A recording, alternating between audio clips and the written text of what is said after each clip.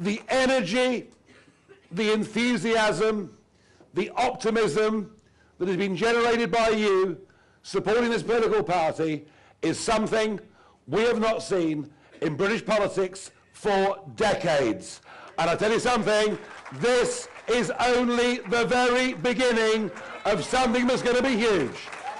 Absolutely huge. Now, in the middle of December, I said to the team, right, I want to do 4 regional conferences. We want to do the East Midlands, we want to do the East, we want to do the South East and the North West. Let's get them in the diary. And we booked these venues, each of which seats 1,000 people, open to members only, and within 48 hours, every single one was full. Which means there are lots of members who couldn't get tickets to come today. And we apologise to them, but what we did last night, and what we're doing right now, is we are live streaming this on all of the social media platforms. Can you believe that at last night's Reform UK meeting in Leicester, over 900,000 people watched our live stream? Unbelievable. So I'm not just speaking to you guys in the room, I'm speaking to all of you at home who are watching this now. Huge numbers of you, many of whom have not yet joined Reform.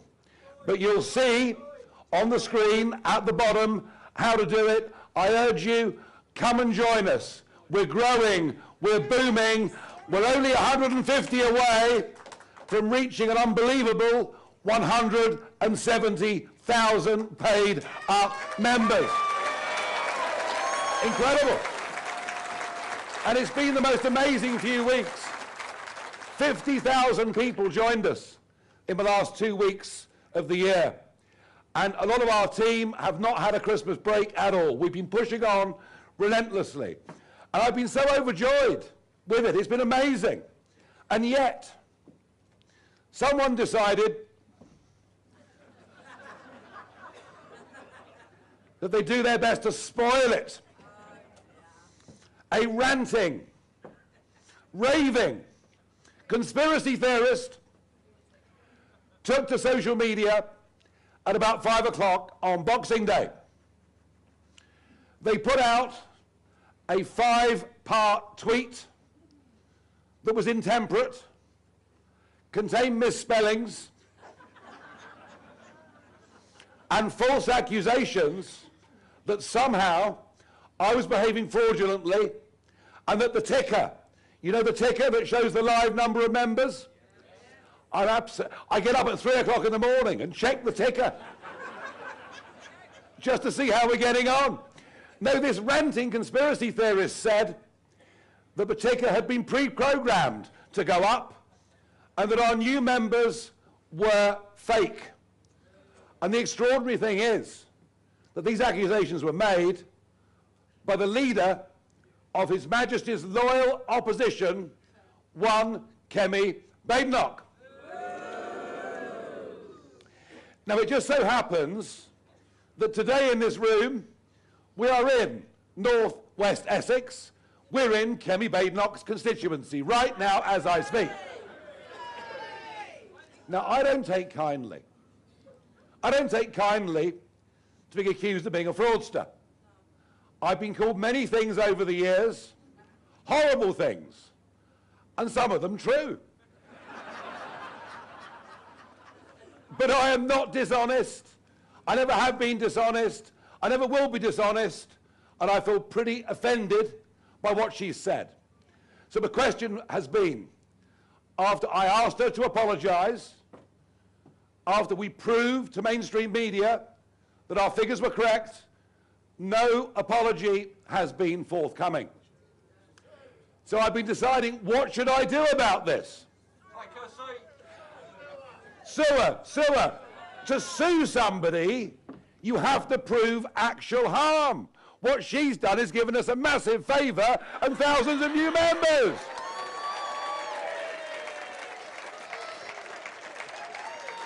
So, I've gone for a different approach, and on the 31st of this month, I'll be holding a meeting for the North West Essex members of Reform, and there's now 400 of them in this constituency. They can come along, meet me, they'll all get a free photograph, and I'll do a big group picture, which I'll send to the current MP for this seat, to show her who the fake members are. And Kemi, because you've been so rude, so unpleasant, the accusations you made against me are so wrong, I promise you, we as a party now will put time, money, resource. This will become a target seat for us at the next general election.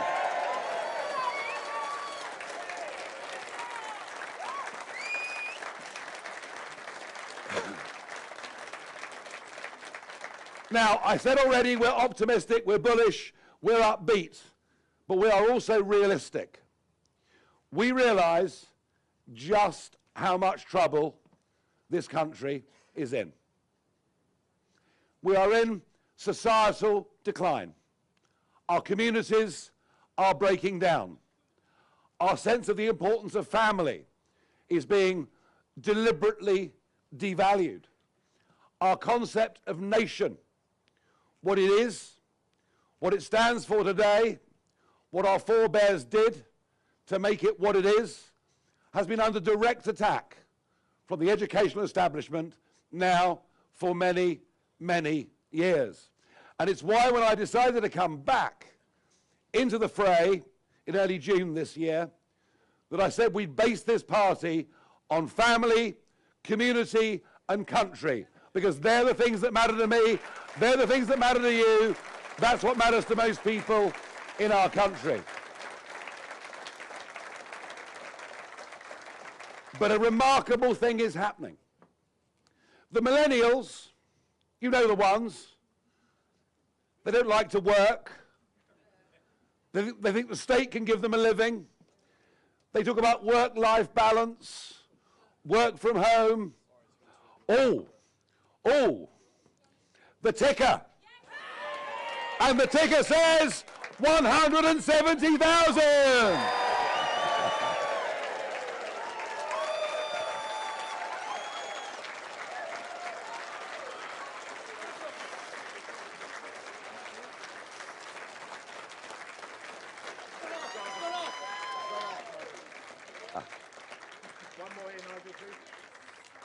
Kemi, are you watching on the live stream?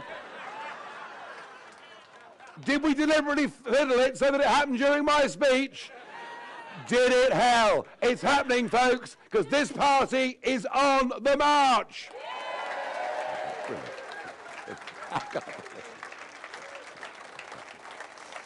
That is perfect. And yet, despite all of that, there is a younger generation coming through, Gen Z as they're known, who are turning their backs on what left-wing teachers are telling them, who are now filled with new ambition and new hope. And you know something? They too are joining our party in their thousands every single week. And that's really exciting news. But I think they called it the grooming gangs scandal. It's not.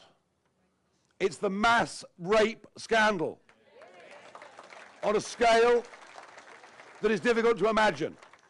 Already over 50 towns and cities in which this happened have been identified. And who's to say the problem isn't even more acute than that? The worst of it is that at no point in time have we been told the whole truth. Little dribbles of news have come here and there over the years. We need a full, open, national, public inquiry so that everyone in Britain knows the truth about what happens. So that everybody in Britain understands that mass open-door immigration without assimilation is a complete cultural disaster for our country, and we're the only ones with the guts to stand up and say it. But what is even more shocking, is the extent of the cover-up. The police willfully not doing their job. Social services deliberately not doing their job. Covers up by local councillors, local mayors. And yes, Jess Phillips the other week, refusing a public inquiry, but, and here's the point, when Kemi Badenoch calls for a full public inquiry, has she forgotten that her own Conservative government refused that as well? And whether you look at the grooming gangs scandal, whether you look at the cost of living, particularly energy, that is being forced upon the people of this country by literally insane net zero policies, wherever you look at the scale of mass legal immigration into Britain, and I personally believe that a 10 million increase in the population in the last 20 years has devalued the lives of everybody in Britain, whether it's access to the health service, whether it's the availability of housing, whether it's infrastructure, and just literally trying to travel around the country on our roads. Our lives have been devalued by this population explosion. Whether it's the tax burden, and the Conservatives put up the tax burden to the highest since 1947, and under Rachel Reeves, goodness only knows, least of all her. And I must say, Lee Anderson, when he stood up in the House of Commons at PMQs and called her Rachel from accounts, I reckon Lee got it about right, don't you?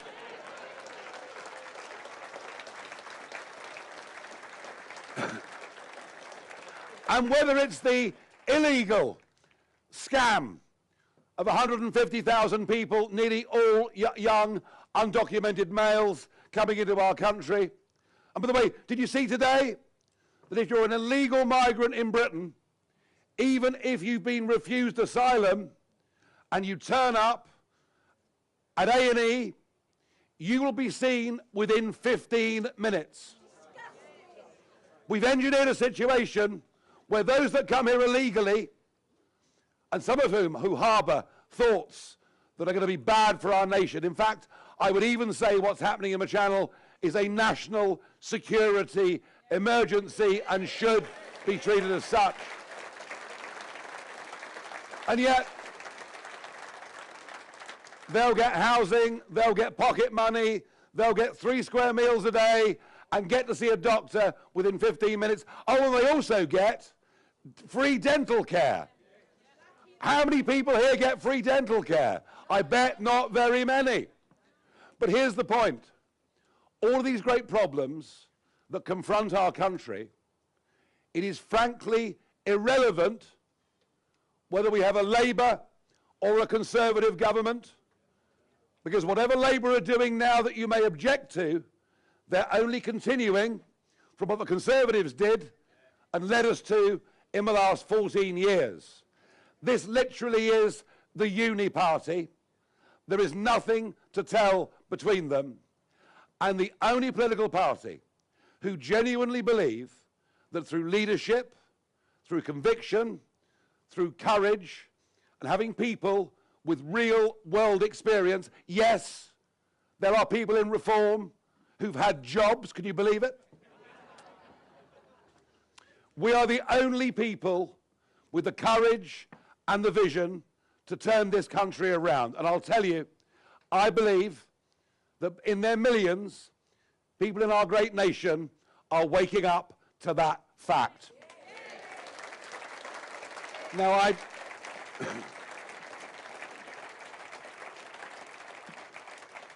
the main reason for booking all of these meetings early in the year was to get our relatively new party ready for the May the 1st county council elections. And this part of the world, we've got some big targets. Cambridgeshire, Essex, Suffolk, Norfolk, I could go on. These are all county elections on May the 1st, in which we can do incredibly well. In fact, I believe we can even win some of them. But now I hear dark rumours that maybe the elections will be cancelled this year. Now, I find this hard to believe, as only dictators cancel elections. But then, given Keir Starmer's tendencies, it perhaps wouldn't be as surprising as all that. And it would seem that the governing Conservatives in these counties are so afraid of reform that they would love to see these elections postponed for a year or two. I don't know what the outcome is going to be. But what I do know is we're building branches. What I do know is more and more good men and women are coming forward and putting their names down to stand for us at local government level, whatever tier that may be. We will continue with these events, with these meetings, with the vetting procedures, as if the elections are going to go ahead on May the 1st this year. If they don't, I will certainly be outraged at the suspension of our democratic process. But you know what? It'll give us even more time to professionalise further. And if we have to wait a year or two longer, we'll absolutely smash them to pieces when those elections come. And for all of this, I draw great inspiration from a friend of mine, political friend of mine. He happens to live 3,000 miles away. He's got a lovely house in Florida, you know. But I think what Trump has done, when you think what they did to him, you know, fake news, mainstream media, lawfare, all of those things, yet this very resilient, tough guy has come through it all and achieved a stunning victory in those elections in America on November the 5th. And of course, beside him, he's got Elon, who is a proper hero, who believes in free speech. And free speech doesn't mean you agree with every single word that everyone says, but it means you have a platform and the right to excuse it, which is maybe why Meta have finally got rid of Sir Nick Clegg, who did his best to damage free speech in his career there. If Elon Musk is able to cut back the size of the administrative state, he will do us in this country and us in this party the most enormous favour. The more money we take from the private sector, the more we damage enterprise, and the fewer people want to get involved in taking risk and setting up their own companies. And I'm alarmed, deeply alarmed, not just that the super rich are leaving our shores, but lots of 30-somethings have decided the business environment here is too difficult. The regulations are too great, and they're leaving for Australia, Dubai, America, Portugal, Italy. And we're putting more and more money into a public sector, which, whilst it may have many good people, gives us lower and lower productivity. The more money we put in, the less we get out. It's not working. We're being strangled as a country because we are in economic decline, and be in no doubt. And I know the biggest single factor for that is the exploding population. The more immigration goes up, the poorer individually we get in Britain. We can solve that. We can solve the immigration problem, but we have to sort out the returns we get in the National Health Service. We have to sort out what the Quangos do. We have to have the courage to take the knife to all of it. And I believe that Elon is going to set the mark. He's going to set the mark for all of us in America. I hope and pray that he does. And if he does, it'll give us absolutely the right ideas going ahead. We believe in our country. We believe in our people. We're proud of our past. We know who we are. But most important of all, we know where we need to go to get our country back to where it needs to be. You've all joined our party, and I'm grateful to you. But we need more, folks. We need you to do your bit. We need you, please, join your local branch. Get engaged. Get involved. Put some leaflets out in your street. Talk to people wherever you go. Whether it's the bingo hall, the golf club, the pub. The pub. I love the pub. Although not so much this month, because I'm having a rest. I'm doing dry January. Oh, God, I might get sacked as leader. I'm doing dry January, but if I get past the inauguration in Washington, that will be a miracle. But the point is, we need you out there evangelizing for us, encouraging people, making them realize if you vote reform, you will get reform. That if the silent majority speak, we can win the next general election, and we can. We're 50% up on vote share from where we were on the 4th of July. If we do the same again, we will win the next general election. So, are you ready? Are you ready to commit to helping us? Then please, when you leave here this afternoon, at the back of the room, you'll see tables for each of the counties that make up the East. Give them your name. They'll put you directly in touch with the local branch that has been set up there. If one hasn't been set up, please help us do it. And don't think that it's too difficult to stand for county council or district council or unitary authority or whatever it may be. We need men and women who believe in what they're doing, who believe in our nation, to stand up with us. So please, when you leave here, go to the relevant tables. Please sign up. Please help us. Thank you for coming along today. Thank you to the hundreds of thousands watching us on live stream. And come on, let's make 2025 the year we make Britain great again.